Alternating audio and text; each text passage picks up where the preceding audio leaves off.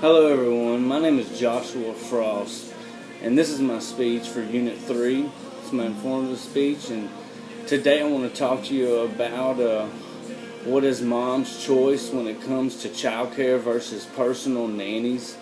I've done a little research here, and I'd like to share it with you. And being a father of 2 children, it's I've kind of went through this a couple of times trying to figure out really what's the best choice, economy wise and everything. So the first thing is the government support. My insurance, I don't know how yours is, but mine, they will give you child care a week. You pay into it through your insurance, but you also every week, or if you would like to do child care, you could like a daycare or whatever, you could provide a receipt of $100, and it's up to $100 every week. But don't get me wrong, I also pay that.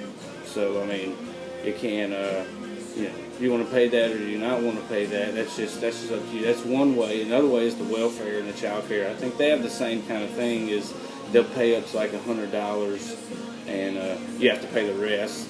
So if it's like me, I do the personal nanny, so I provide my receipt that I pay her every week, and they give me $100 back. You don't pay quite as much. You only gain about $25 a week. You only save about $25 a week paying in through my insurance. I don't know how yours works, but one of the second points in the pros and cons of a personal nanny is that the nanny gets the one-on-one time with the child, and one-on-one time with children in their early stages of development are very, very important.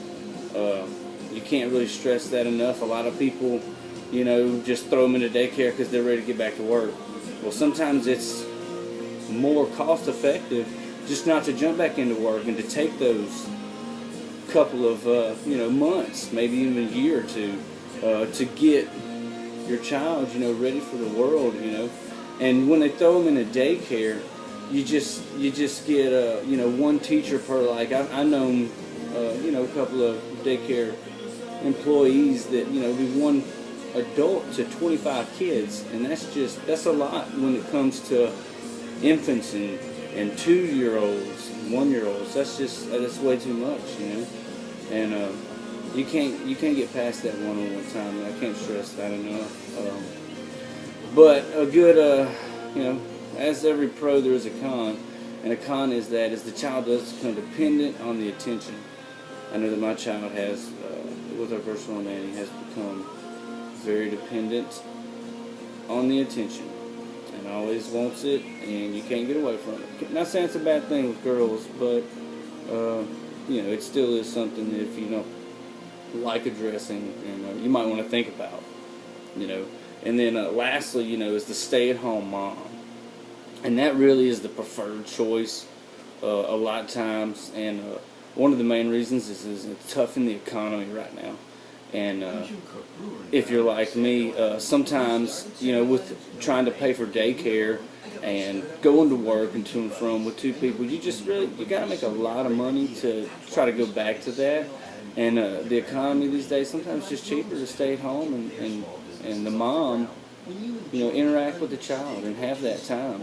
I mean, sometimes just if you look at your situation, it really is just cheaper. So, and the best thing is about that is, it's the mom, and who's better to take care of your child than the mother? So, in closing, you look at the pros and the cons of, what your situation would be, and then you can make a more valuable effort, to see what you would like, If it's going to be the daycare, if you're going back to work, if you can provide, or, if you can afford a personal nanny, that's kind of, sometimes it's cost effective, but that is a real good choice. Or if you just, let your mom stay at home mom. I think that's the best choice, preferred by Joshua Frost, is the stay-at-home mom. So, that's it, and I hope you enjoyed a little of this informative speech I had going for y'all guys, and I hope to see y'all in a couple more weeks with another speech. So y'all have a good day.